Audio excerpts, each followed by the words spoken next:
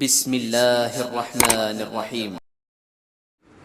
اعمال داسې حد لورسي، سرکشي داسې حد لورسي چې هغه حدود د ماپې هغه کراس کی نو الله بیا څه کوي؟ سزا ورکوي.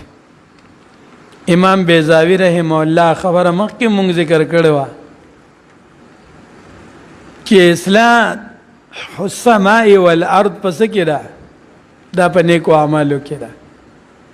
نیک اعمال به حیثیت قوم خلق کوي نو الله پاک اسمانونو ازمکه کې په دی باندې خوشاله راولي، او چې قوم ټول سرکش شي، ټول بدکار شي، ټول بد اخلاق شي، نو بیا سي فساد په اسمانونو ازمکه کې. ظهر الفساد فی البر والبحر بما کسبت ایدی الناس لیذیقهم بعض الذی عملوا لعلهم یرجعون.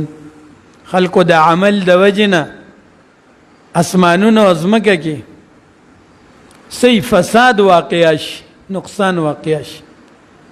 بما كانوا يفسقون، وجد دی چې دینا فرمانی کولا د الله د حکم نه انکار کو.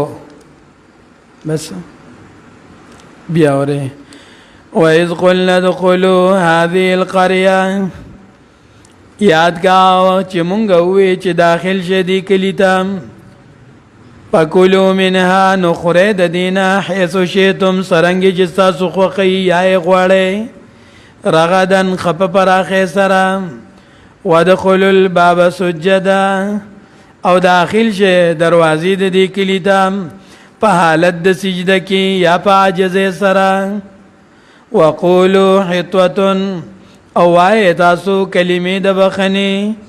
نغفر لكم خطاياكم، نو مونږ به وبخو تاسو ته، معاف به کړو تاسو ته ګناهونه ستاسو. وسنزيد المحسنين، او خامخا زیاتو مونږه بدلې د نیکی کوونکو. فبدل الذين ظلموا، پس بدل کو هغه کسانو چې ظالمانو، قولا وینا غیر الذي قیل لهم، بدل داغنا علاوه داغنا چې کوم دي ته ویل شوی. فانزلنا على الذين ظلموا، نو مونږ راولېږو، مونږ را نازل کو په هغه کسانو چې ظالمانو. رجزا من السماء، د علی الذین ظلموا نه پته لګي چې ټول بنی اسرائیلو دکه چل نو کړي. بل ځکه علی الذین ظلموا منهم، چې بدی کم ظالمانو.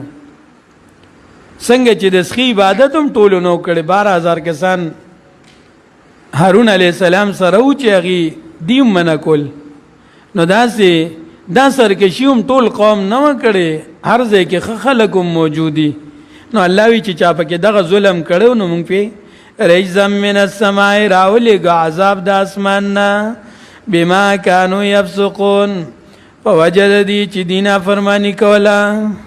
دعا کې چلم صحیح وینا او صحیح عمل توفیق راکړي. ریا لالچ باز حسد نه وسات، کمی بیشی مونږ ته معاف کړي. آخر خاتمه مونږ په ایمان کې، قرآن او نبوت علوم زموږ سینو کې جمع کړي. تکلیفونه، مصیبتونه، پریشانونه الله مونږ په امن کې، دواړو جهانو خوشحاله عزتونه زموږ نصیب کړي. الله رب العزت تم ته قرآن کریم باندې عمل د دې وینا د دې زده کړه اسانه کړي. الله رب العزت زموږ اولاد چې کوم وفات شوي، مور او پلار، والدین، وروڼه، خویندې، رشته داران، ټولو ته الله مغفرت نصیب کړي. الله رب العزت زموږ بچي ته سهیل ته الله ته مغفرت نصیب کړي. الله تعالی هلته مقام اوچت کړي. الله رب العزت جنت مرغې وګرځي. صلی الله تعالی علی خیر خلق.